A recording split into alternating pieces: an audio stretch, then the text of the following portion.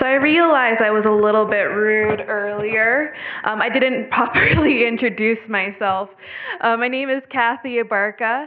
I'm the Executive Director of Racially Just Utah, one of the sponsors and planners for today's events. Also, in connection to this campus, I'm also a Master of Social Work and Master of Public Administration student here at the University of Utah. So there's that.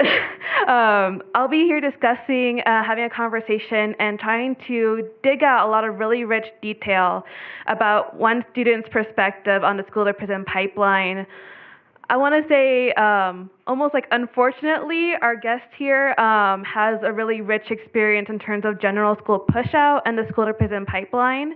And so I'm going to go ahead and let Terry Hughes introduce herself. Hello, my name is Terry Hughes.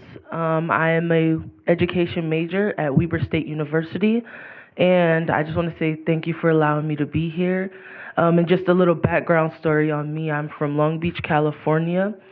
I was raised in Long Beach, but I was born in Linwood.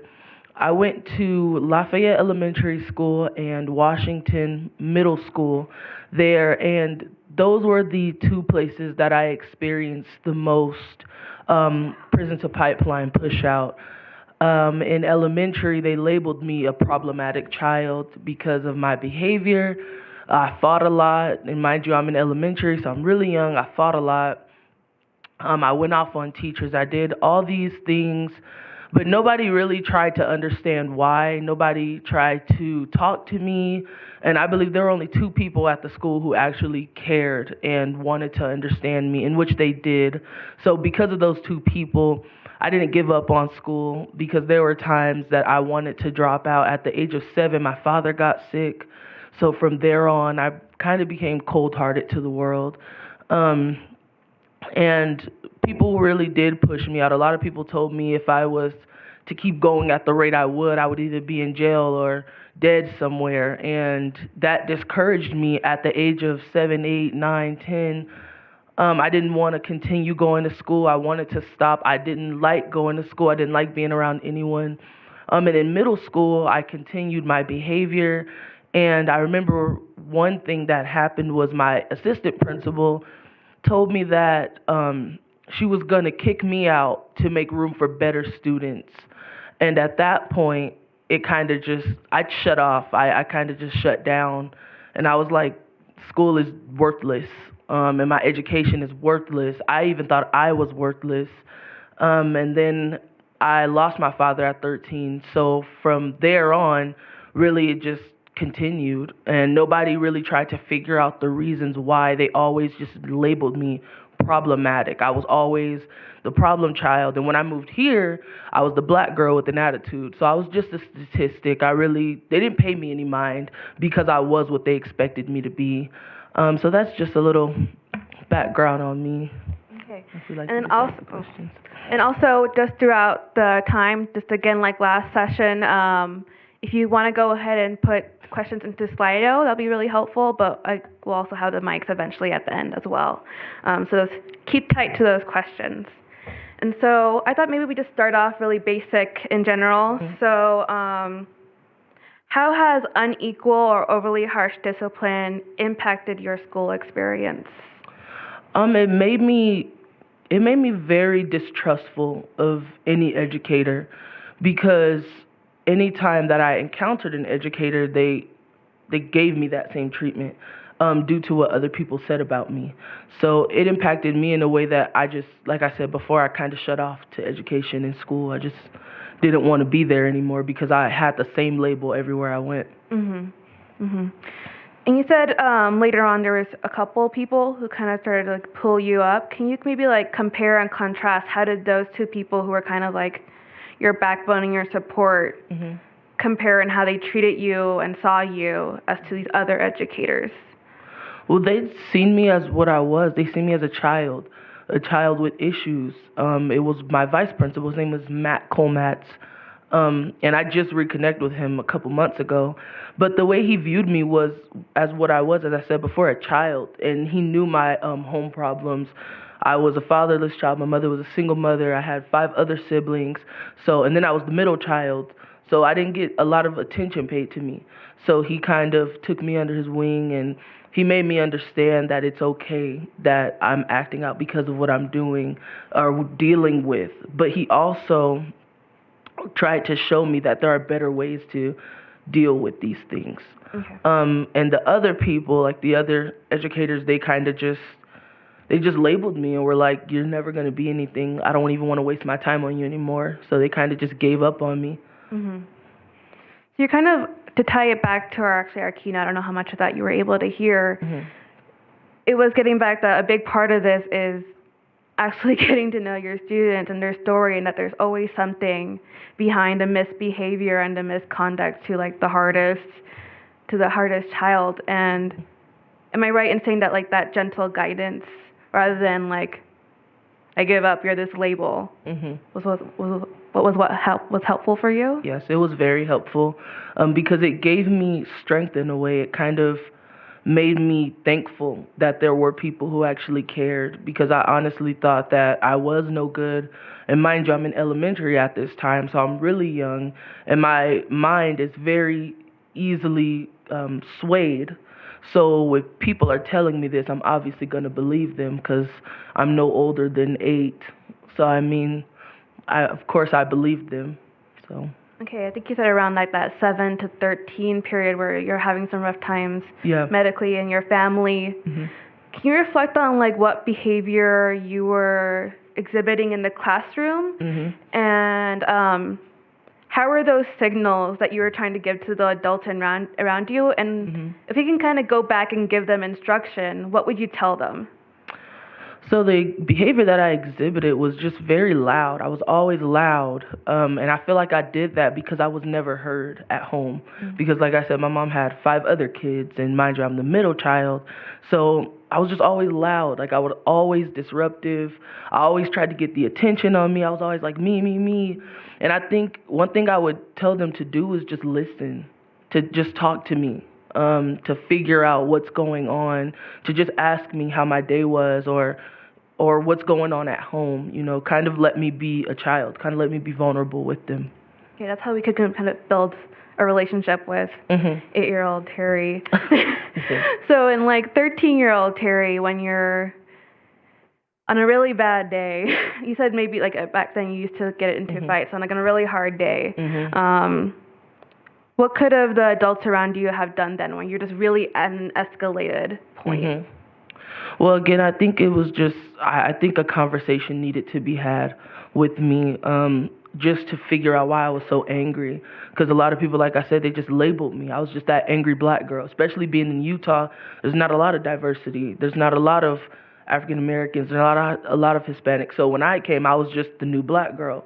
And when they see my attitude, they were like, okay, this is the angry black girl. So they never really tried to dig deep. I was never just a student or just that young lady who had an attitude. I was always the statistic or the label or something like that. And I wish they could have just sat me down and said, what's going on at home? Or, called my mother and kind of made her more aware, because they didn't even make my mother aware of what was going on. A lot of the things that happened, she never knew about. They never called her. And I think that was because I was the statistic. They expected me to act this way. So they didn't see a reason to, tell my mom. I think that's also a really good thing to underline. I think a lot of people in the room are probably from the Salt Lake City area or right around. Terry and I were actually connecting before that, and there was a lot of similarities in our stories. I came from Los Angeles, California, from a low-income Latinx area where a lot of us were looked with suspicion. And my family, when we moved here, we went also in northern Utah, where I looked around and went, where's the color? Where I was also honestly the only Latinx person in the class, and it feels like all eyes are on you. Yeah. And when you make a mistake, it's like, oh, it's just part of the narrative of you're just that stereotype. Okay. So another question that we have for you is, so speaking particularly about Utah, to your Utah high school education, do you feel as though school staff was representative of the student population, and then also yourself included? I think they were representative to a certain student population. I don't think they really cared about the students of color. And I say that because a lot of things could have been done more to protect and help the students of color. Um, and students who are different, like the LGBTQ community. I seen that they weren't too fond of helping them. I even witnessed a football player, because I had a friend and he was gay, and I seen him mouth out, "I'm gonna beat him up," and I called him out on that, and I was like, "You're not gonna touch him. Like, he's different, yes, and that's him, but that's no reason for you to try to beat him up." And I think that should have been reported, you know. And even when I told people, actions weren't taken. But I can remember one time where I was in a group, you know, because there weren't many minorities at the school. We all kind of clung to each other. We all hung out. So we were all in this little circle. And there were two other black kids. They were hanging out with the football team. And I guess one of the football players told them to come over to us and ask us if we like fried chicken and watermelon. And I asked him, "Who put you up to saying that?" And I look back, and one of the football players are laughing. So thank God there was an administrator right there, because he seen the whole thing happen, because this is 13-year-old Terry. No, this is 15-year-old Terry. So this Terry still hasn't gotten her life together. So I was about to hit him. Like, I reached over to punch him. And the administrator, he stopped me right in the middle. And he was like, no, don't do it. Don't do it. You're going to get in trouble. So he grabbed me. And this is one of the administrators who really took a liking to me, because all the others really didn't like me. But this is the one who was like, I'm going to stick with her. And he made this kid apologize to us, and especially me, because he was provoking me. He was laughing at me. He was trying to make joke of what happened. And I tried to explain to him that that's very offensive, you know. And before I got a chance to hit him, the administrator stopped me. So I was thankful for that. So in ways, they did, well, some of them, in this particular situation, only one, did go to bat for students of color, but majority of the time they really only supported like the students who were seen. So like the SBOs and the cheerleaders, the athletes, things like that. They only supported them from what I've seen. I wanted to like unpack a little bit more and tie it back to other breakout sessions in our program today, talking about restorative justice. We have one in each breakout session. So I was really curious if you could tell us actually some more details about what the administrator did. You said kind of like facilitated some conversation and... Yeah, so firstly, because I remember this like it was yesterday, it's crazy. Firstly, because I reached over to hit him, and he literally grabbed my hand in the middle, and he looked at me and was like, "Do not do it. You will get in trouble." And I think from that moment, he was basically saying, like, if you hit him, I can't save you. Like, I can't do anything to prevent you from being suspended, or because he already knew that I was going to get suspended, and he knew this kid was going to get off. He was an athlete. I mean, he needed to keep his sheet clean. So he literally grabbed me and was like, "Do not hit him."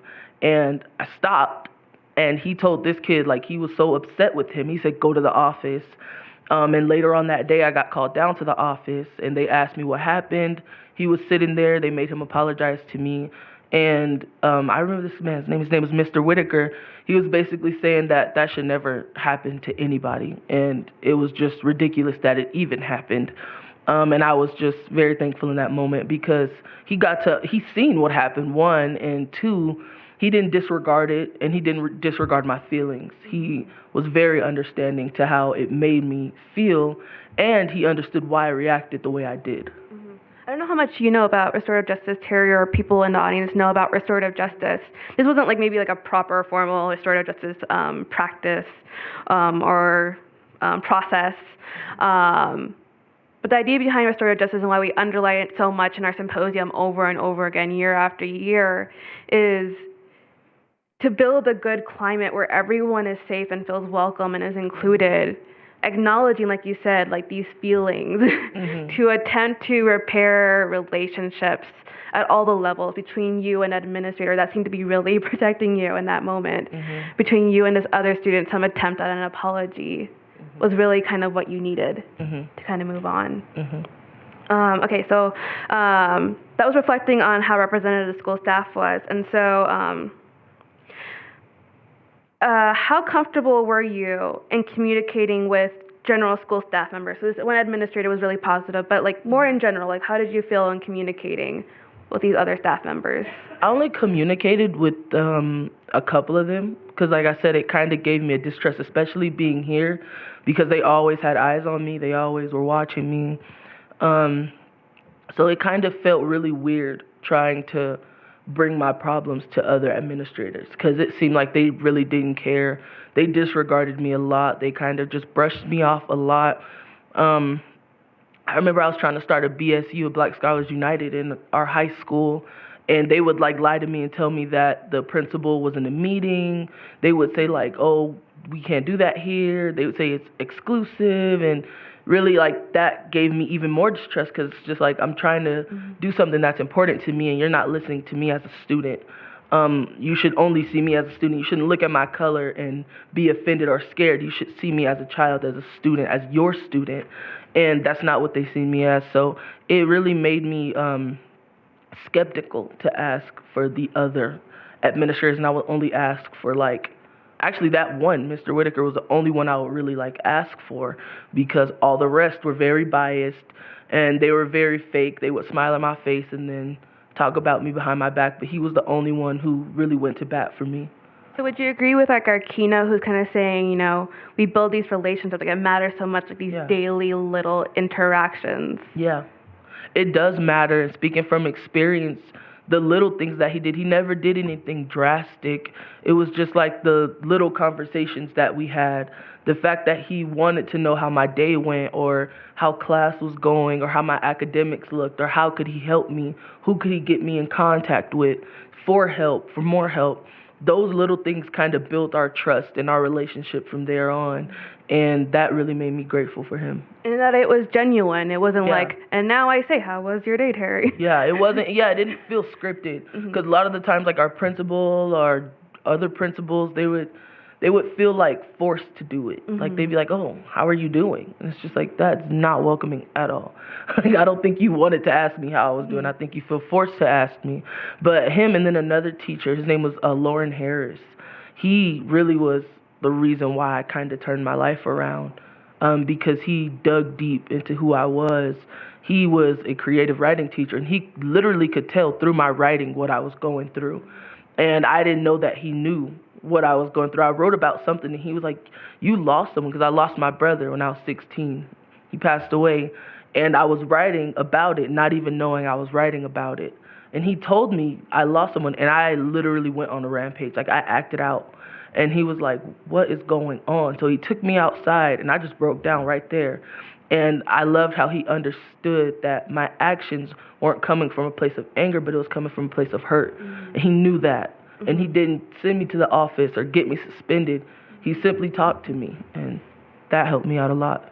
So instead of saying this big teenage body who's angry, and then of course adding, being a person of color, debatably lots of people of color feel, when your skin color is seen as a weapon, it's really hard to be unarmed, to not be seen as scary. Right. Be able to see through that and build that relationship was really helpful for you. Right, yes. Okay, so the next question that we have for you, do you feel that we could avoid misunderstandings and unequal treatment if school staff were more representative of the student populations and also more particularly marginalized communities? In a perfect world, yes, most definitely. But in the world that we live in, that's kind of hard because, things like unfair treatment are taught in the families. They're taught not to treat everybody the same way, and that's why they do it, not even knowing that they do it. So I think, yes, that could prevent it, but that takes for people to even come here just to learn the differences and different experiences that people have so they don't treat people with a certain bias. I think that's a reteaching. That's something that has to be retaught. Yeah. Okay, and speaking of bias, so a little definition first for folks. Implicit bias is a bias where people are not consciously aware of that affects how folks treat others and also make decisions. It may be an implicit bias may be entirely different than the explicit bias that you actually hold and genuinely hold in your heart. So have you experienced Well, do you think that maybe implicit bias has played into a result of you being disciplined? We haven't actually gotten into that part of the story, so maybe before we get to that, would you be willing to share how your suspension story? Yes. So this was 8th grade, middle school. We had a lockdown. If anybody knows where North Davis Junior High is in Clearfield, we had a lockdown because a kid decided that he didn't want to take a test. So he called the police and said there was a gunman in the school. And we had this huge lockdown. And long story short, after, I'm the type of person, I just like to make light of things. So I tried to make light of it, and when I walked into class, I was like, oh, we made it, we're alive. The kids started laughing. They thought it was funny. But this teacher who did not like me, and I'm not saying that because, just to say it, she literally called me a stupid girl, and she didn't like how I stood up to her because other students wouldn't. And I was, mind you, I'm young at this time, so I'm still going through my little stage where I think I'm grown. And I was like, you're not going to talk to me like that. I was like, who are you? You're not going to call me stupid. And she was like, oh, you're showing this disruptive behavior. And I was like, no, you're not going to call me stupid. And she did it multiple times. And I was like, look, this is the last time you will call me stupid. So she already, had an ought against me. And when I walked in the class and said that, she immediately was like, get out of my classroom. So I walked out. And I was like, what did I didn't do anything. And I even had students vouching for me saying that I didn't say what she said I said. And what she said was, she went to the principal's office and said that I wish she died in the lockdown. And the principals believed her. I got suspended. And even students were like, no, Terry didn't say that. She did not say that. And they thought because they were my friends, they're just lying, And I was like, why would I even say something like that to this woman? So I got in that much trouble over a lie that they didn't even try to investigate to see if it was true or not. And they didn't want to hear if it was true or not. They just seen child of color. They heard the teacher felt offended, and that was it. That was done. And I got suspended over a lie. And I was on punishment for 2 months. And my mom found out she lied, and I was like, yeah. So you put me on punishment for 2 months for nothing. For nothing. And so it's we asked that question. So do you feel like implicit bias has anything to do with that story? Yes, most definitely. I think that they were used to a certain way that things were done in this school. Even with this woman talking to students like that, I know that they know she was talking to students like that. But I think those students were even used to it, so they didn't want to say anything. And because they were so used to a certain way, when I came in, I was like, she's not going to speak to me in that manner. And I think that had a big thing to do with they seen change. And they were like, okay, this girl's not going to take it. And they seen that I was kind of shaking things up. So I think that a bias definitely played in with the principal and this teacher. She got fired a couple years later, though, so praise God. She's not talking to children like that anymore. So I want to actually go back to a comment you made was for nothing. This all this punishment was for nothing. Let's say even hypothetically you did make that comment. What were you doing during that suspension and that punishment period, and how would have it? I'm not saying that correctly, but I think you know what I mean. Yeah, How would it have helped you, even if you had made that statement, or would it have not?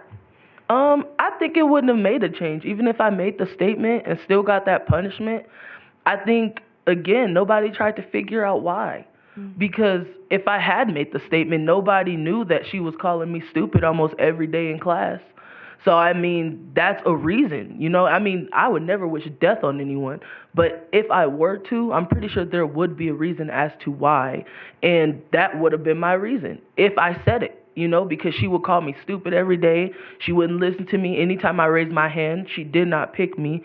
She picked people who raised their hands way after me because she really just did not like the way I stood up for myself against her.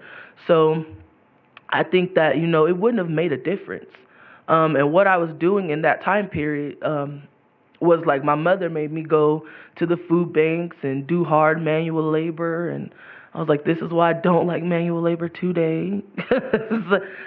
That was for nothing to me, and I was like, even my own mom didn't try to figure out what happened. I was like, you just gonna believe this woman? You don't even know what went down. So I think, yeah, it wouldn't have made much of a difference as to how I felt because nobody really tried to understand. They were just like, you did it.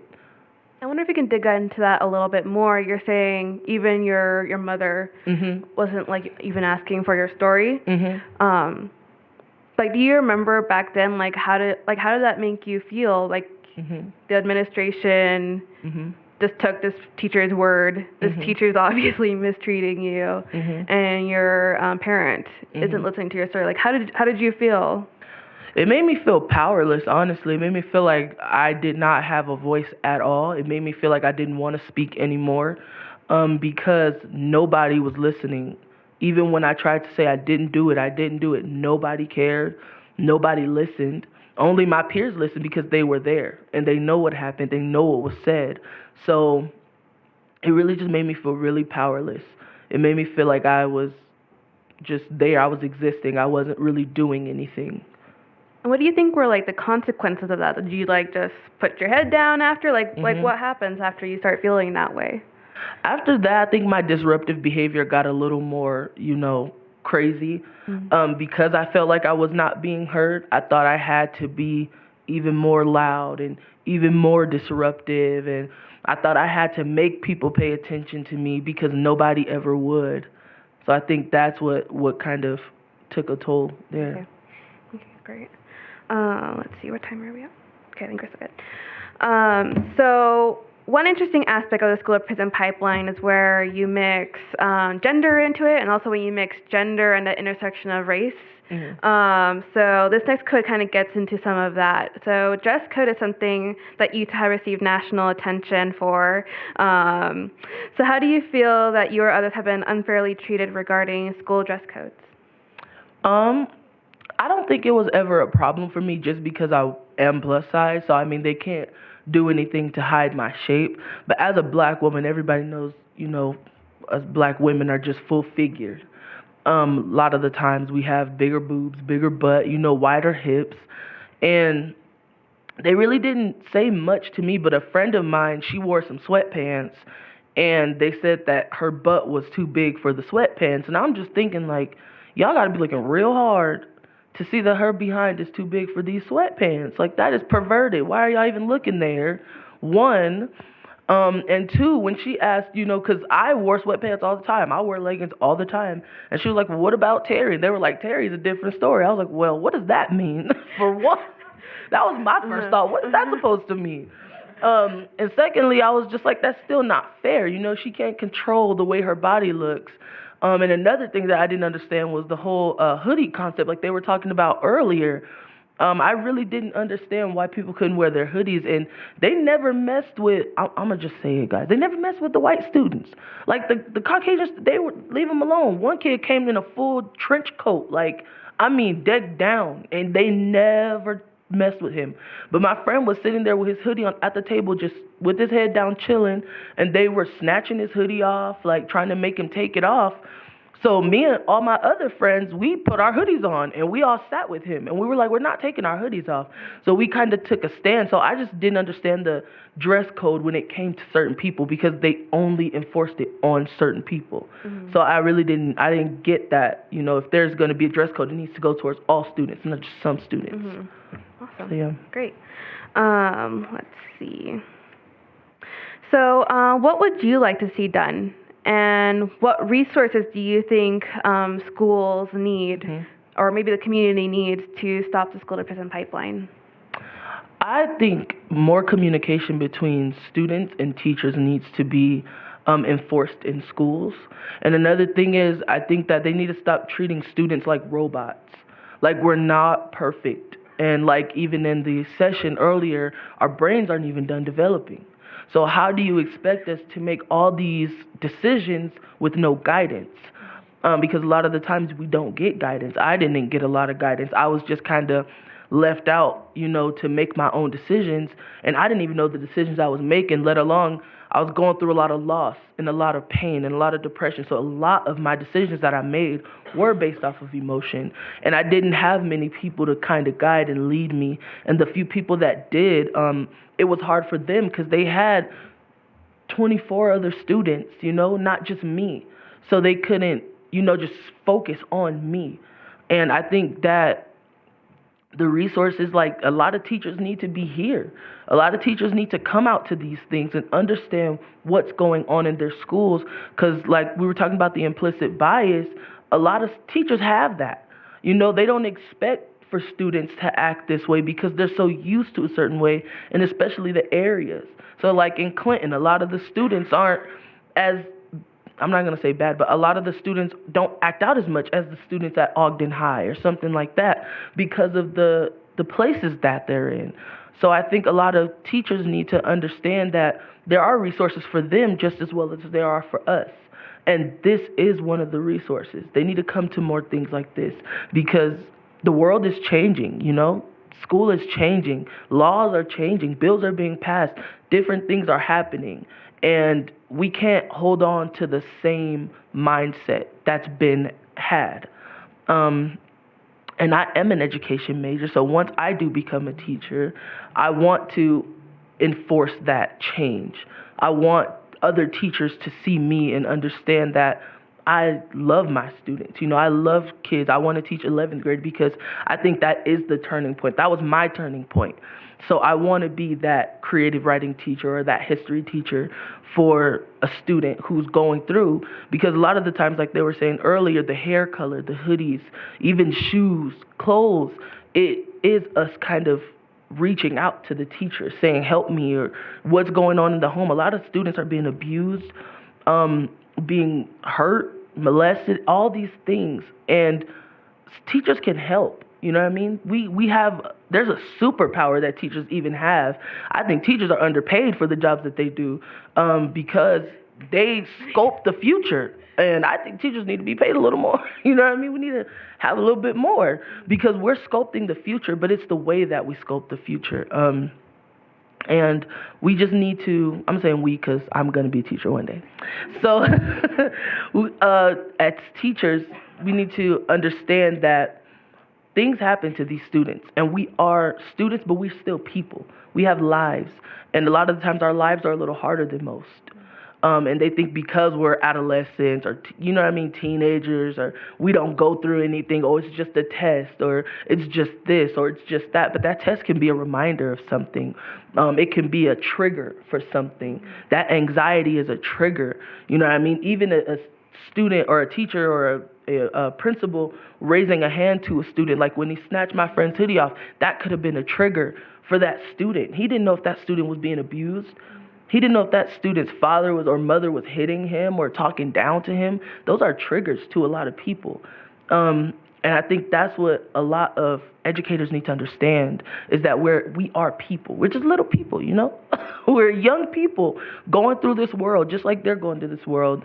And we're all still learning, but we can learn and grow together. Yeah, that was a lot. That was a lot of stuff. That was wonderful. Yeah, give her a hand. Wow. So, like we've been saying before, building this relationship. It sounded like maybe you were saying even like mental health support. Yeah. Do you feel like there was like enough like mental health like resources for you when you were going to school? Not really, and only because I think it's a cultural thing. In the African American community, we don't really talk about depression, anxiety. We don't talk about suicide. We don't talk about these things because they think we don't deal with these things. And at the young age of 7, I fell into a depression, and my mother never knew. Nobody ever knew about what I was going through. So, I never really got to deal with it. I never really got to come to terms with it because she didn't acknowledge it. Nobody acknowledged it. I would just cry. Like my little siblings, I didn't know this, but when my father passed away, I couldn't even recall this. They said I stayed in my room for at least a week. And I never recall doing that. I can't even remember it. I remember a couple of days, but I don't remember a week. And that's what they were saying. They were like, you were so down. You stayed in your room a week. And they would say that I would just cry randomly. And my mother never seen these as signs of depression. She kind of just seen it as me being sad. So I think in school, I kind of looked for that. I looked for someone to talk to. I looked for somebody to tell I was depressed. I looked for that person to lean on. And I think mental health issues need to be talked about in school, because just because we're young doesn't mean that we don't go through these things. If anything, we go through it more because we have all these influences. And like we said earlier, the brain isn't done developing. So we have all these emotions at one time. It needs to be talked about what we're going through. Anxiety is a real thing. It's real. It's very real. I have battled with anxiety. I was even put on medication that I had to stop taking because it made me even worse. And that's another thing we need to tell students is if you're going to go get help, seek the right help. Don't just go and take pop pills because it's not going to make you better. It's just going to numb you for a second, and then you're going to be back to your old ways. So I think those things should definitely be incorporated into school. Yeah, so I think also that last bit was really wonderful that students are crying out for help in different ways. Mm-hmm. And even like, I'm thinking back to like zero tolerance policies. You know, you're caught with like alcohol, you're caught with a weapon, like you're out. And it's like thinking about what you're saying, like instead of popping pills or like maybe someone's drinking underage, and so it's like maybe they have anxiety and they're trying to bring themselves down. And just us as a community, and then us as students and us as educators need to be more aware of that. Yeah. And then also you were mentioning like triggers, so kind of being trauma informed. Like what does that like mean to you to be like trauma informed? It means that they should be informed about what's going on in the homes. What's a trigger? One of my triggers was being talked down to. Because my mom had 5 other kids, she couldn't deal with me all the time. So it's not that she would talk down to me. She would just say, like, I can't deal with it right now. You know, and she would get a little impatient and be like, okay, you need to get out of my face. I can't do it. And when I was talked down to, that was a trigger. It would make me shut down. Because at home, I would just shut down. I'd just be like, okay, she can't deal with me right now. I'm going to just go distract myself. And I think a lot of the times, educators do that. They shut students down. They shut them out because they feel like, oh, I can't do it right now. It's funny because I was just watching a movie with Miss Betty, actually, and the student was... Miss Betty. Miss Betty, say hi. The student was, he was going through this problem, and somebody was trying to kill him, and the teacher took him home, and she's like, you need to go talk to this principal when you get to school.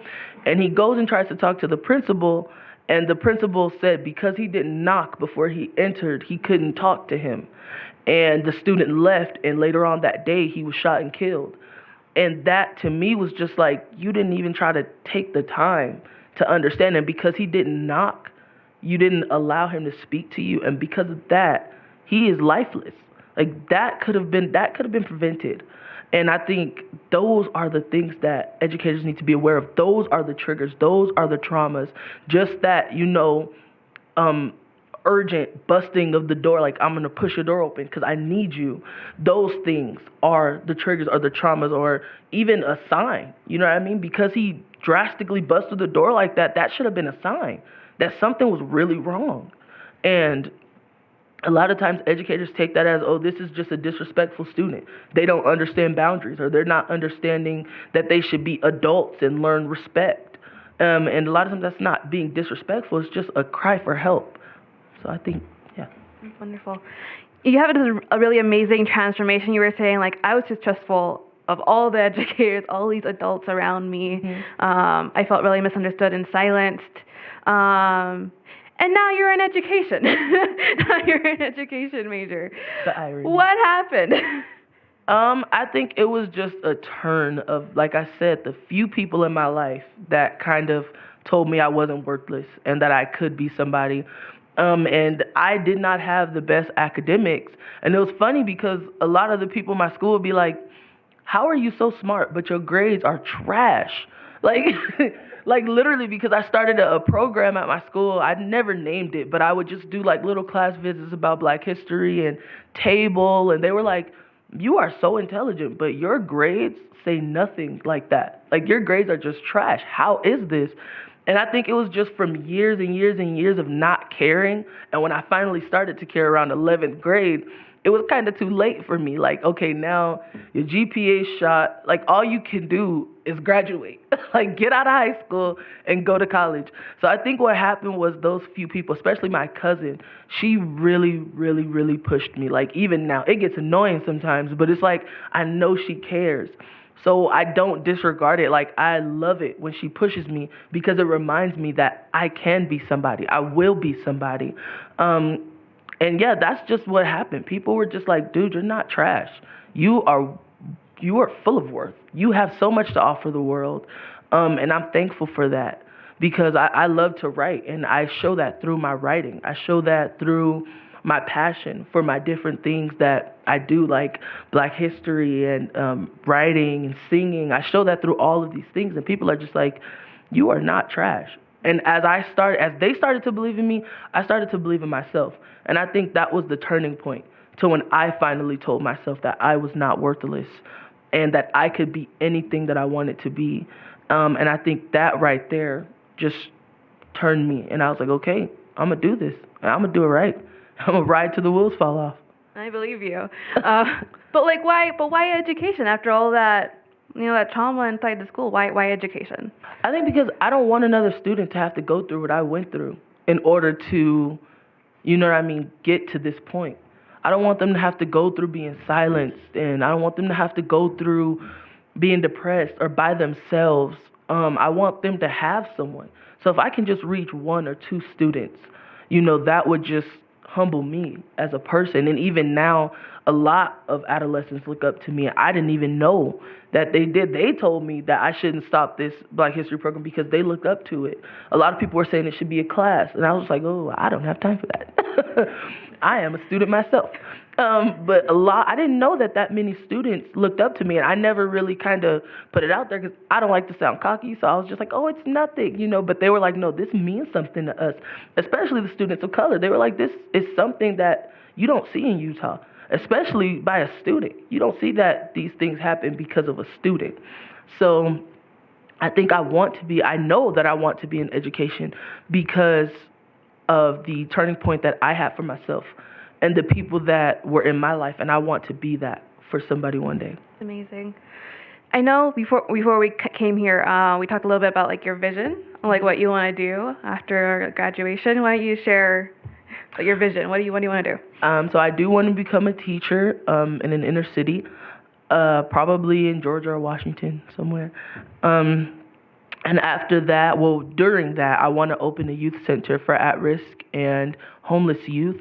And in that, I never went into detail, but in that, I want to have different sections of this organization because a lot of the times, like we were saying, students are labeled, but they're not really talked to and things like that. And a lot of the times, students have so many, or like just children in general, have these interests that we never try to figure out. Like they love to sing, draw, dance, play. I want to have those different things in my organization.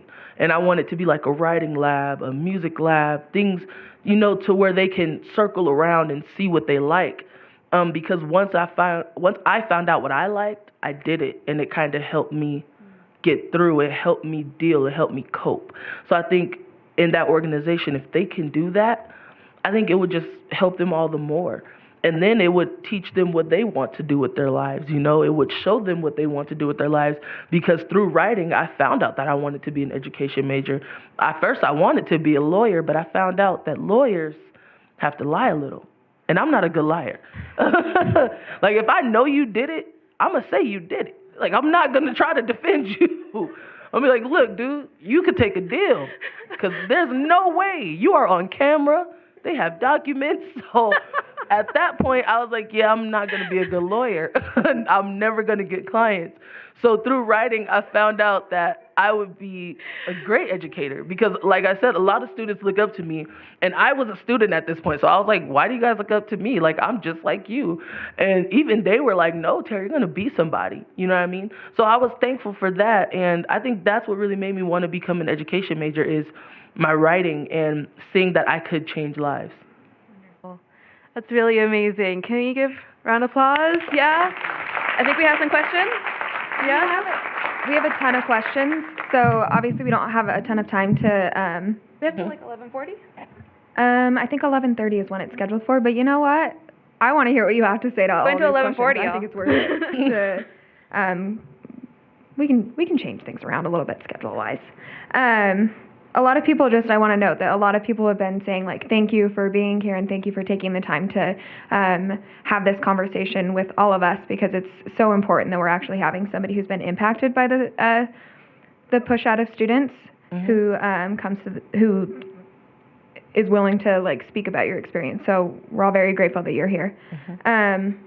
The first question I have on here, and so people are aware, you can vote on the question. So if you want a particular question answered where we don't have as much time, please do vote on those questions, so they'll move up, and we'll try to address ones that other people are also enforcing that they want answered. So the first one is, how can I, as someone who is not a person of color, help students who do identify as a person of color? Both answer that or just? Mostly you. I think just to educate yourself on the history of the people of color, educate yourself on what happened to us as people, and figure out ways to, how do I want to say this? I don't want to say educate others, but like tell people that these things that happen to us students of color is kind of systematic. It's been happening for centuries. And it's not going to change. It's like the 13th Amendment is basic. It is slavery. But as you can see, a lot of people who are targeted are people of color. So I think just educate yourself and educate others and tell them this is something that's systematic. This is something that's been happening. And the way you can change it is to not do it, not have that implicit bias. Because you're not a person of color, don't stand there and watch. If you can help, if you can say something, say something. Don't watch someone be called a racial slur, or don't watch a student be walked out and you know that they didn't do anything wrong. Stand up. I mean, if you gotta risk it all, risk it all. So yeah. Yeah, just to add my 2 cents, you probably don't even want it in the No, we have here. No, go ahead. But just to say, like you said, Ben, but I think also educating yourself on, like, racism isn't something of the past. Right, It's something right. that's continued to evolve and continues to face our communities of color. And so to continue to stay up to date, follow the right news sources like Color Lines, follow your local nonprofits like Racially Just Utah. Black Roundtable. Black Roundtable, who are really working on these issues and, like, are actively trying to get people involved to help us advocate for things that we've identified are really big problems facing our communities. There's easy ways to sign up and, like, get information about those kinds of things. I think also what you were kind of saying, just to kind of put, like, a label on it, was to act in allyship. To which there's a lot of principles and practices and beliefs and philosophies around that, but to eventually work towards a system where we have people who have privilege and people who don't, to actively dismantle those systems, but also in the everyday life to do what you can to advocate, to put everything down the line, where things are messy. Like you said, things are institutional. Or our curriculum doesn't teach proper history. I'm Salvadoran on both sides, and the only time we talked about El Salvador in school was when I did a presentation on it during history class, and I went over time, and it was counted against my grade, but I was like, damn it, it's the only time you're going to hear about us your whole time here. So do what you can to, like, advocate even on that institutional level. Like, how can we look at our curriculum? How do we, like, yeah, Terry did this, but can we look a little deeper into this story? So the next question, which has gotten a lot of support, people really want to hear about this, is do you have any comments about your college experience as a Black woman? Oh, yes. I would say that my college experience as a Black woman has been very, very, I don't even know how to explain it. It's been good because, like I said before, I have so many people who are on my side. Like Miss Betty, I have a wonderful, wonderful, wonderful role model sitting right there. We just, like, pause. If somehow you don't know Miss Betty Sawyer, I'm gonna embarrass you a little. Of the Utah Black Roundtable, founder of that, of Project Success. Is that correct? Project Success, and then also associated with Weber State. Yes. So, and also NAACP Northern. Just a little bit busy. But Sorry, but yeah, no, you're fine.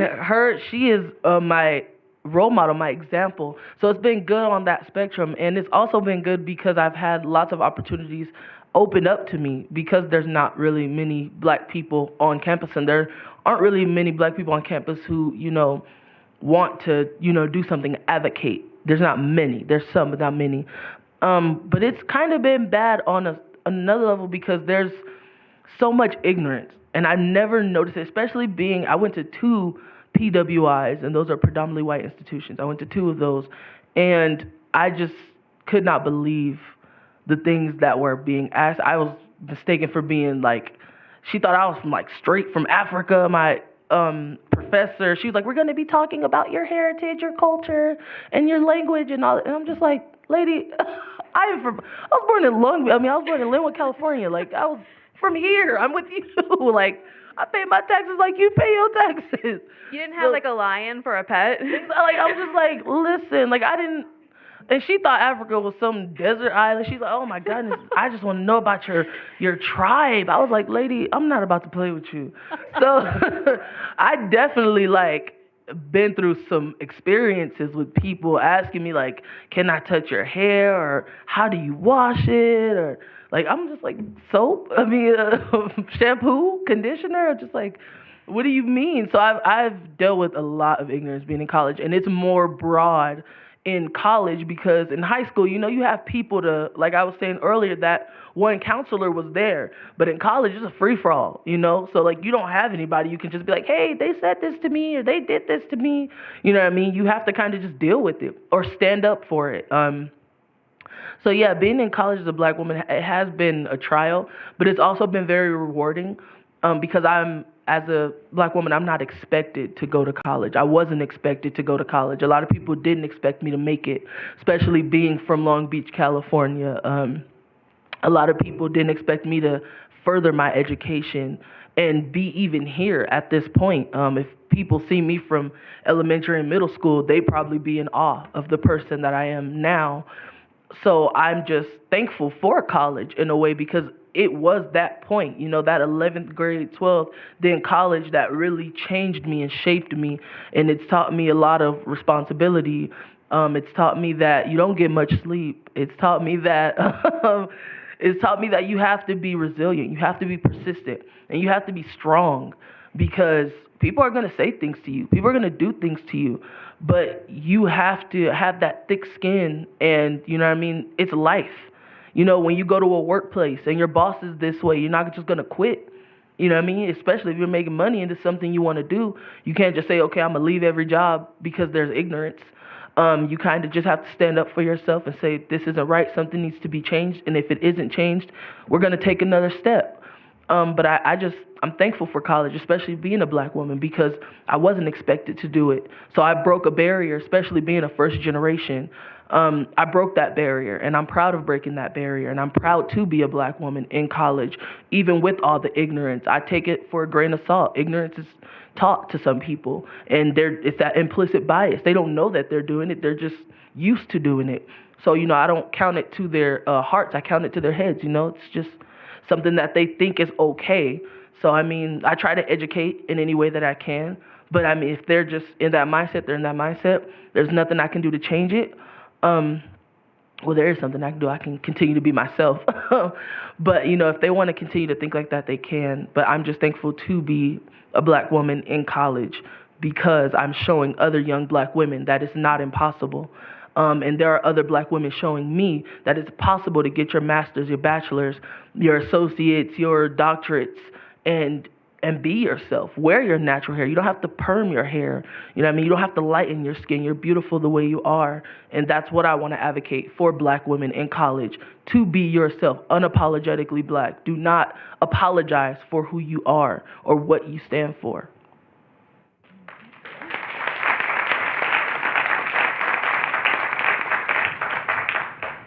So the next question is to Terry. Thanks so much. How do you think we can make more spaces for students' feelings, personalities, and stories in the classroom? I think just by incorporating that into the curriculum And I know that's kind of hard because you're going to have to go up against your bosses, and the principals and the district and the board.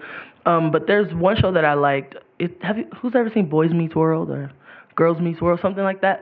Boys Meets World. I loved how they, yeah, I loved how the teacher always incorporated some sort of life lesson into his plan. He always made it to where it made the students feel like he was speaking to them. So I think in a way you can do that. You know what I mean? Just by having even if in the morning or in the beginning of your class, a short introduction. I've always thought that's how my class would be. In the morning or in the afternoon or whenever I teach, everybody has to stand up, give a short introduction. How's their day? What is their plan, for the weekend, or what do they want to do? Something to get them going, to get them to think or know that I'm interested in knowing about who they are. So I think the best way is just to incorporate it into your plan, your daily life. And that's something that comes with wanting to do it.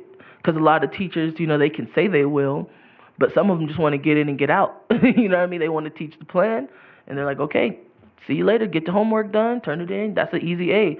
But I think a teacher who is passionate will take that in consideration, and have that introduction or, have those one-on-ones weekly, something like that, because that is something that you do because you love it. Because like I said, teachers are underpaid. They're not going to do it because they want to sometimes, because they're like, look, I don't get paid enough for this. I'm not Oprah. But the teachers who love it, they're going to be like, I want to know about you. I want to learn about you. So they're going to add that in there. And then a quick 2 cents for the person or people, I think you said it was voted up. So for those of you who are asking that question, for restorative justice, there are practices there, concrete practices that you can use to kind of get to know your students and build that community. Mm-hmm. So it's in the second breakout session, so look out for that. I was going to say, we do have our next panel is supposed to start around this time, so I just want to say thank you to you guys both for having this conversation and for being here. This is an incredible learning opportunity for all of us, so thank you for your time. Thank you.